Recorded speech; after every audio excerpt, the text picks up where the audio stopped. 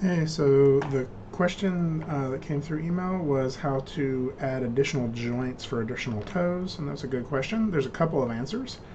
So we're in skeleton mode here. Let's go ahead and go to um, my right view, and so let's say we have uh, this is your leg, and then there's your first toe, right?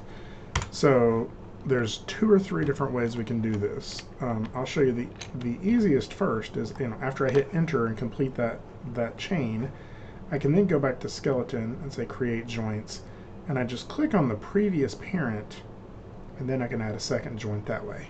Right? And I can do that again. Create joints, click here and here. And so that's a quick way to add them. So I will show you. I want to undo that. There's kind of another sort of tricky way of doing this. So joint 5 is that toe, right? And you'll see joint 5 is just a, let's name these so you can see them. This is, we'll call this ball, and we'll call this toe. Let's call this toe 1. And so just like anything else, this toe joint is just a child of ball. And so if I want a second toe, I can just grab that toe 1 and hit Control D to duplicate it.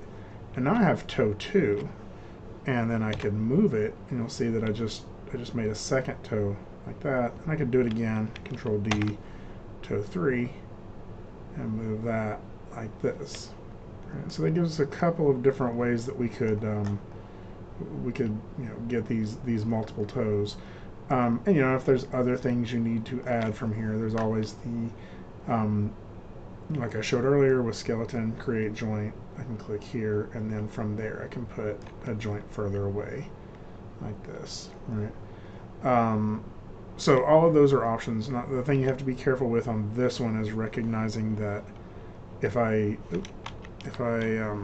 hit enter to move this toe, I would have to move it, because if I rotate the joint above it, I get that. It's rotating the whole foot, right? So if you're needing individual toes to rotate, sometimes what might be better is to have sort of a little in-between joint.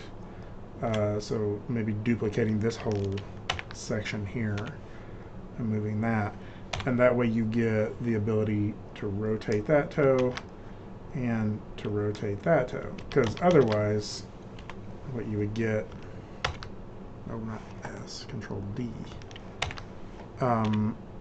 what you get here is if I try to rotate here, it's going to rotate both toes, and that's really the same as just having one toe. To move this toe, you would have to translate it, and that's just not the same action. So so think about that, just a little bit of like how you're wanting to move this once you have those toes. And I think my previous recommendation of either that you have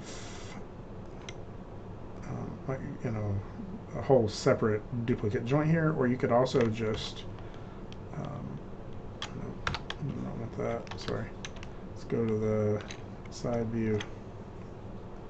You just want a single joint out here, but what you could do is just go a little bit forward and then add a second one, right?